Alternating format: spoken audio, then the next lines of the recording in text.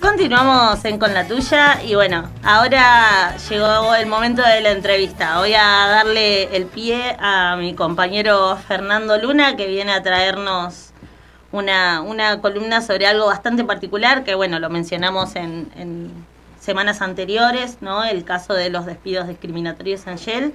Así que bueno, Fer.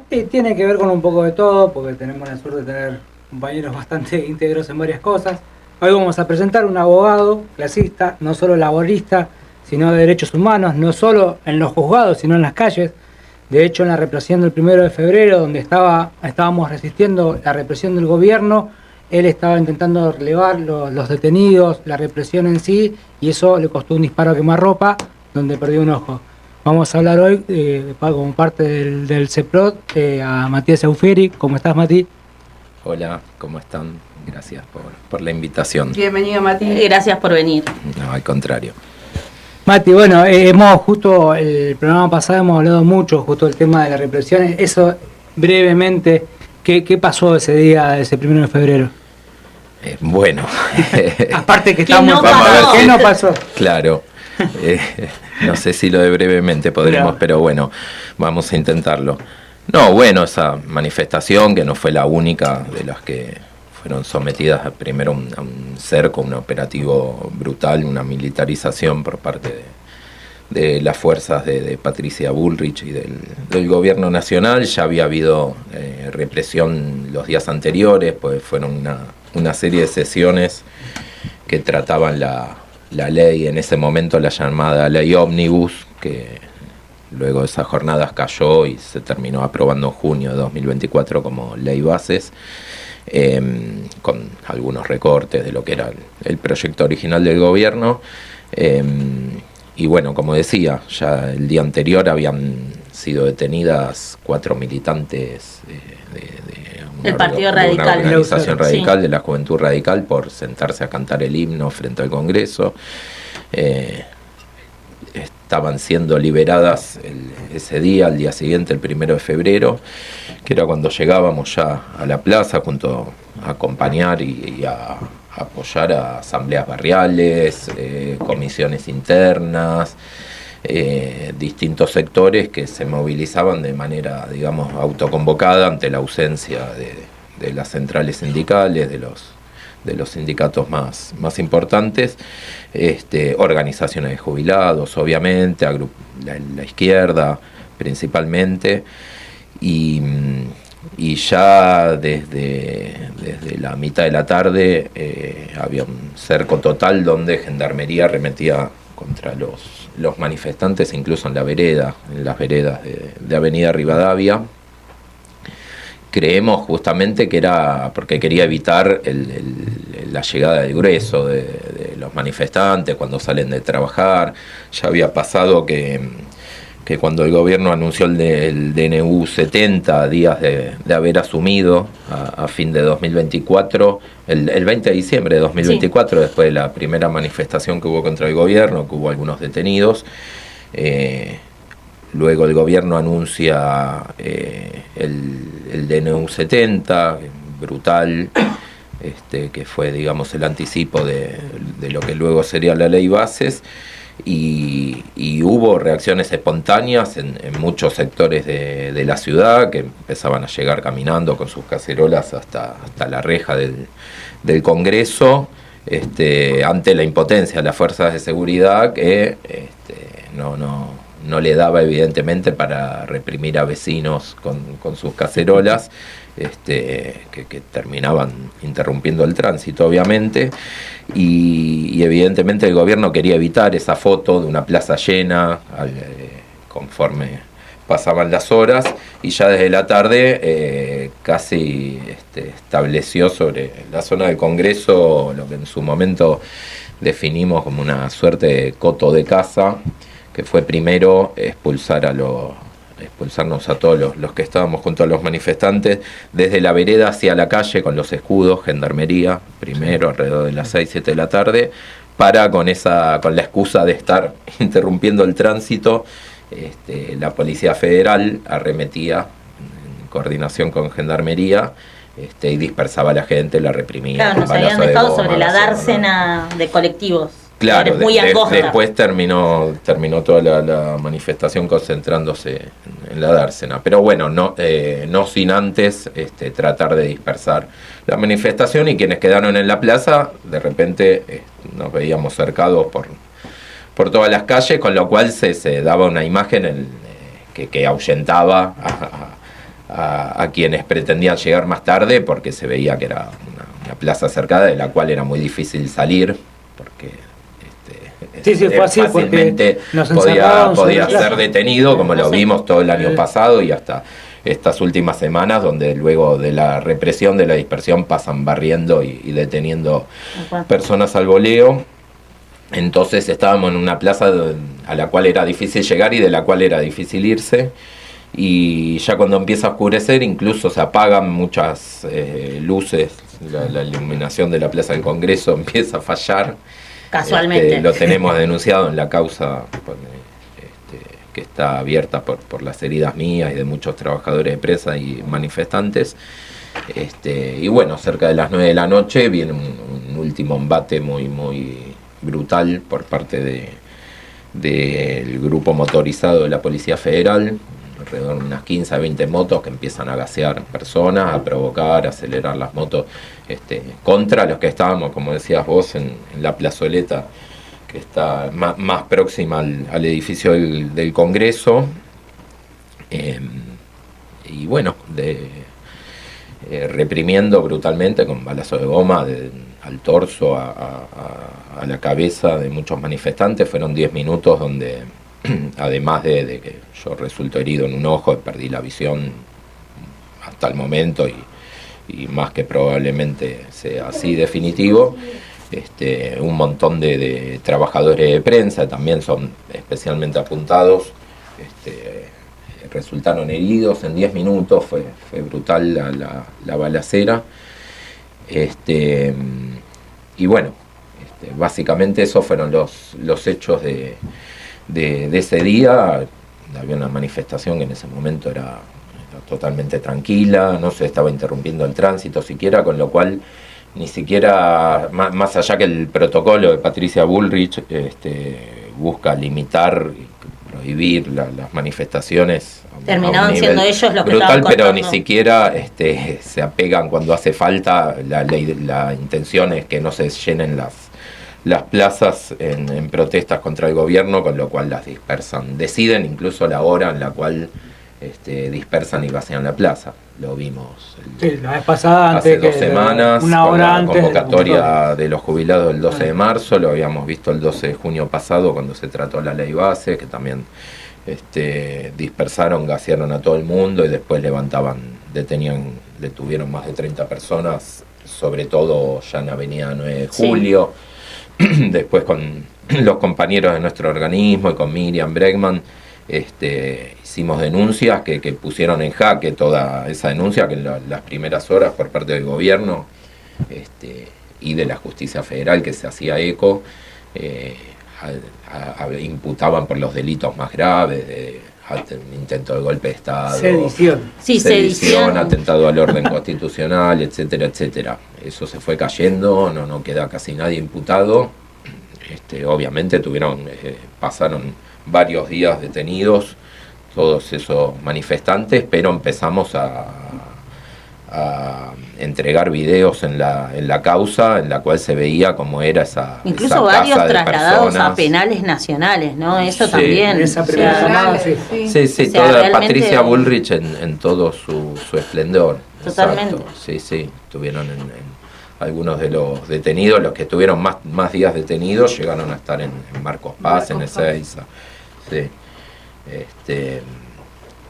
Eso fue terrible, porque realmente, o sea, inclusive los procesos normales, judiciales, por lo que yo tengo entendido, y también lo había visto mucho en los medios de comunicación, o por lo menos los que tomaban esto, es el hecho de que para que una persona llegue a un penal nacional tiene que pasar como un montón de tiempo. Tipo, en el caso de los detenidos de la ley bases, fue ahí, tipo, esa misma noche, quizá al otro día. No solo que no tenían una condena, sino tampoco tenían una prisión preventiva dictada por un juez, no. Pero bueno, es un poco parte de lo que estamos viendo desde que asumió el gobierno de Milei, que es justamente hasta hay una clara sobreactuación en ese sentido, de pasar cualquier límite. Por ejemplo, en la última manifestación, la que decíamos recién del 12 de marzo... Pero más de 100 personas que... Más de 100 personas detenidos, que justo la jueza de turno de la ciudad de Buenos Aires no convalidó lo que no era, básicamente. Hizo lo mínimamente lo debido, que fue que le llegaban actas de detención de la policía de la ciudad, de la policía federal, de cada detenido, donde no se decía dónde ni a qué hora habían sido detenidos, en una vergüenza, porque obviamente hasta se vieron videos donde agarraban desprevenido a gente parada en una esquina, que estaba sola, sin hacer nada, saliendo de la escuela, cosas de ese estilo. En ese marco la jueza no convalidó las detenciones, más allá que después en una eventual causa pueden probar la policía o quien sea que tal persona hubiera hecho cualquier X cosa, pero no, que sabemos que no era así. Y bueno, y después las apretadas que hubo, el intento de escarmentar a esa jueza y sobre todo sembrar miedo en el resto de los jueces, que evidentemente la gran mayoría no quiere, no está dispuesto a perder privilegios, y no damos prácticamente con ningún juez que otorgue alguna medida preventiva para garantizar las manifestaciones, que le ponga algún límite, aunque sea verbal, ¿no? Porque después Bullrich puede seguir haciendo lamentablemente lo que se le antoje, pero ni siquiera se quieren tirar o poner en cuestionamiento tanto el protocolo, que es completamente inconstitucional, como después en cada manifestación cuando lo aplican. Algo que había visto de la última marcha, la del 12 o sea, la última represión fuerte, que fue la de ahora, la del 12 de marzo, era que hubo una complicidad de varios de los poderes, ¿no? Porque recordemos que ese mismo día a la mañana se habían presentado varios habeas corpus que habían sido rechazados en contra del protocolo, y incluso sin embargo había bajado un juez a evaluar el operativo. Sí, entre ellos también, nuestro organismo, con Miriam, otros compañeros, y compañeros jubilados, habíamos presentado distintos habeas corpus, otras acciones, medidas cautelares en otros fueros. Vamos buscando dónde puede haber alguna grieta un poco mayor, algún juez que si no es para alguna medida sobre la manifestación concreta, discutir alguna de las normas que aplican para después reprimir. Vimos apenas, no pueden desconocer lo brutal de la represión desde el 12 de marzo. Estas medidas las hicimos previo a la manifestación del 19, las que decías vos. No las pueden desconocer. Entonces un juez federal, en lo contencioso administrativo federal, lo que decía Fernando, si bien rechazó las presentaciones de varios organismos, digamos, concedió el hecho de constituirse en el lugar, en la manifestación, a monitorear el accionar policial. Después, también en la justicia de la ciudad de Buenos Aires, algo similar. Evidentemente los jueces iban con un ojo mirando cómo se desarrollaba la manifestación antes de resolver algo. El operativo había cambiado por todo el repudio, los cuestionamientos que tuvo Bullrich. Evidentemente no fue la prioridad, la primer opción reprimir, sino que fue un cerco donde directamente era difícil llegar a la plaza. Se decía que Bullrich estaba casi separada del operativo del 19 de marzo, o sea, lo encararon de manera distinta, pero todavía estaba peleando por su vida Pablo Grillo, o sea, el gobierno estaba muy cuestionado, muy golpeado por lo que fue su propio accionar del 12 de marzo. Entonces, bueno, esto que decíamos, los jueces iban mirando, quizá con el dato ya de que no iba a haber una represión salvaje como la semana anterior, simplemente daban órdenes a los distintos gobiernos de que se apeguen a la ley o cuestiones así totalmente abstractas.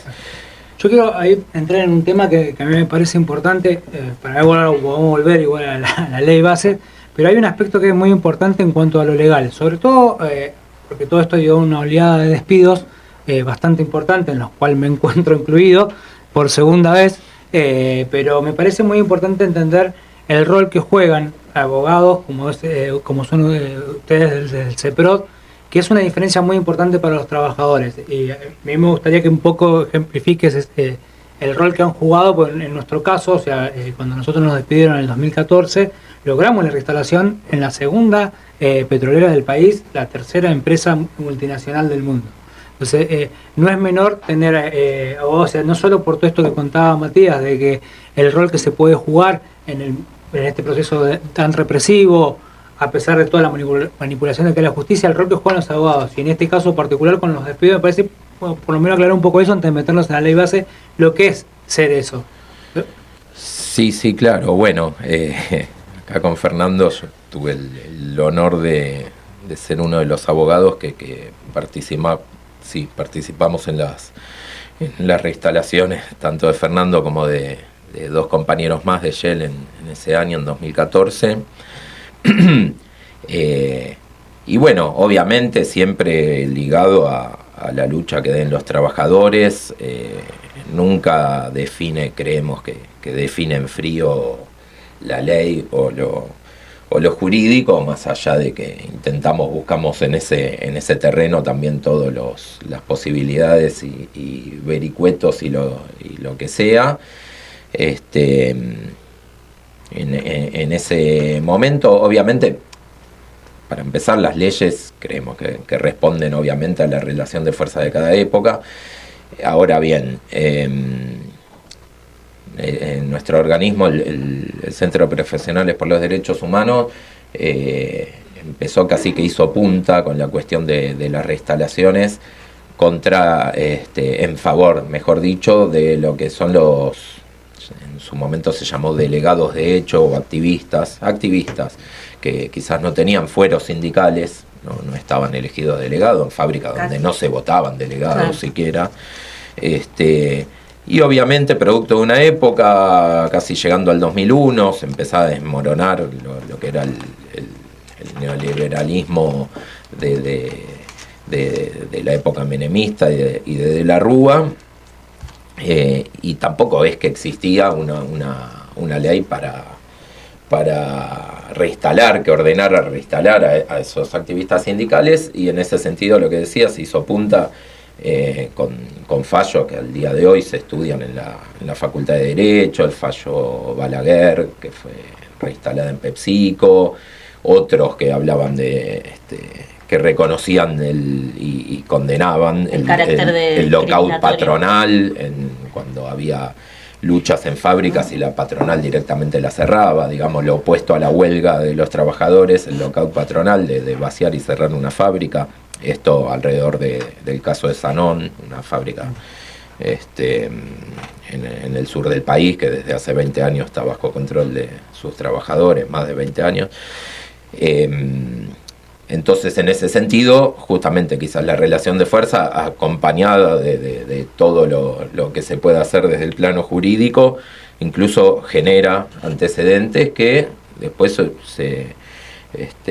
digamos, son prácticas que se lograron instalar, por llamarlo de alguna manera, en sectores de la justicia durante décadas, lo cual llevó a que ahora intentan modificar esta relación de fuerzas y mediante la ley bases dejaron plasmado en una ley todo lo que, digamos, todos los argumentos de las patronales en todos esos juicios. El famoso artículo 245 bis. Claro, exactamente. Todo el deseo húmedo de las patronales están en una ley. Agregaron un artículo a la ley de contrato de trabajo, en el capítulo que se refiere a los despidos, donde básicamente plasman la ilegalidad de violar, por ejemplo, la ley antidiscriminatoria.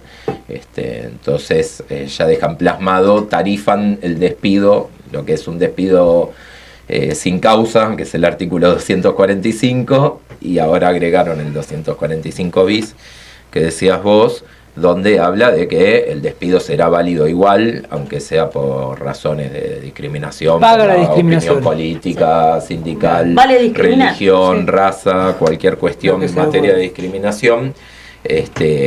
Vale esa ilegalidad, solamente que bueno, habrá que pagar un agravante, una indemnización agravado, como ya existían ante el caso de despedir a una mujer embarazada, por matrimonio y algunos casos más. Obviamente, como les decía, a ver, tampoco es que esta ley establece o deroga la ley antidiscriminación, que es muy utilizada para las reinstalaciones, o lo era hasta este cambio de la ley.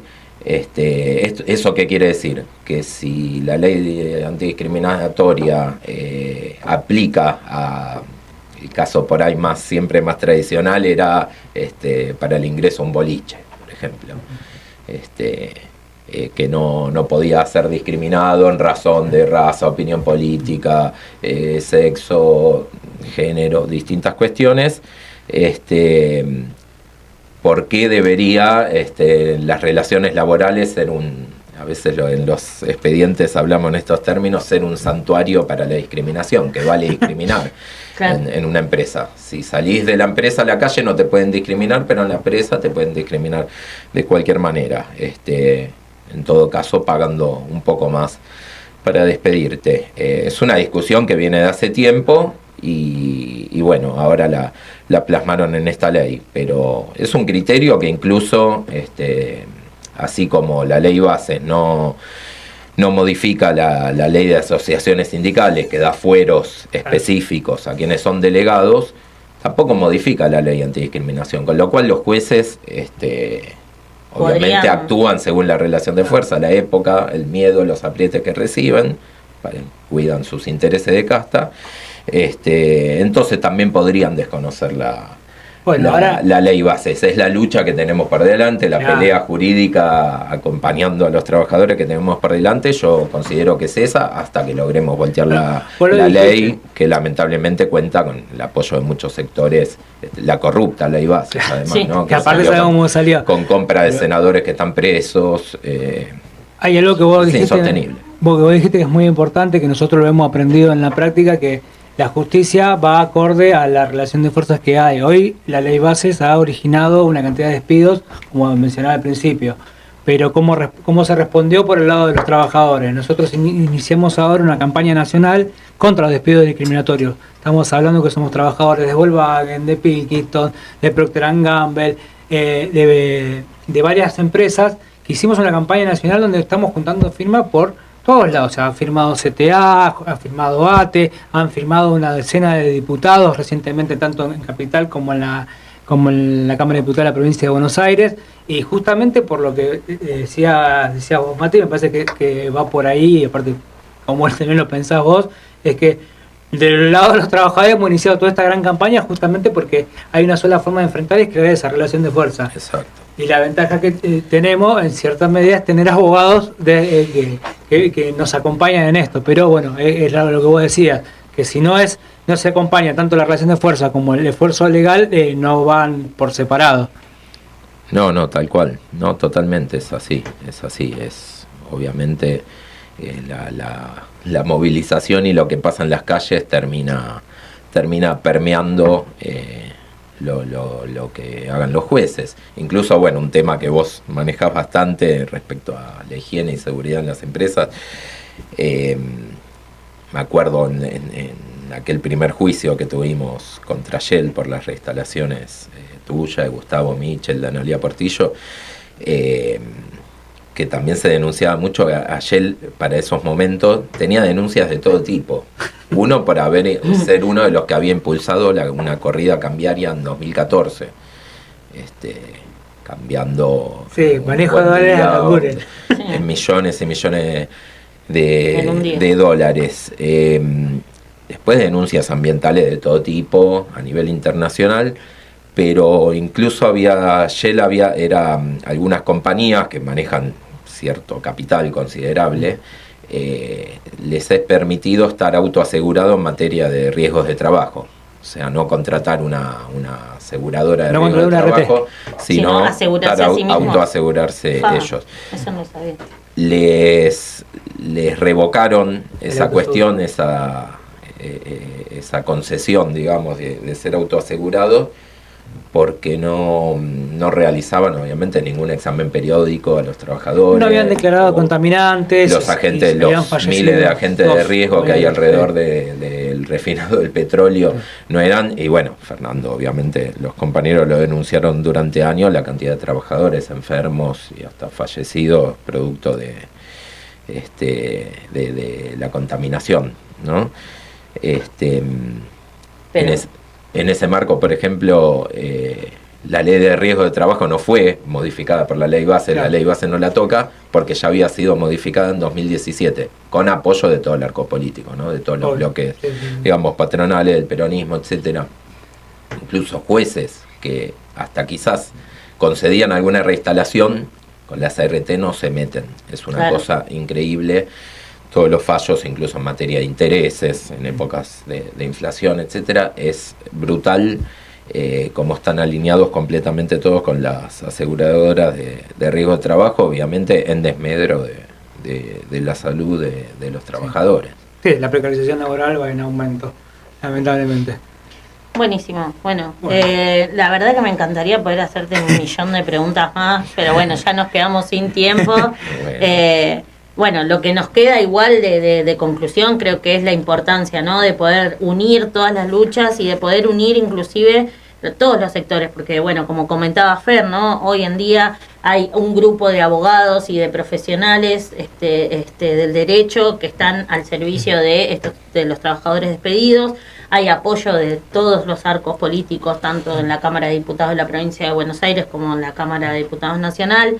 Entonces me parece que es importante tener en cuenta esto para poder seguir esa pelea, ¿no? Porque si queremos realmente que se logre esta reincorporación, porque efectivamente estos despidos son ilegales y son discriminatorios y la verdad es que se sabe que el artículo 245 bis es anticonstitucional. Entonces me parece que es importante que podamos seguir resaltando esto y que podamos seguir difundiéndolo, porque es la clave para poder torcer el brazo de jueces y de todo el arco político que se está beneficiando con estos despidos realmente. Así que bueno, muchísimas gracias, Mati, por venir. Placer. Bueno, ya finalizamos con el programa. Bueno, esto ha sido todo por esta semana. Nos vemos el viernes que viene con otro programa con la tuya. No nos vemos, nos escuchamos, porque es radio. Y bueno, recuerden que cuando la realidad les haga ruido, lo único que pueden hacer es cuestionarla. Chao.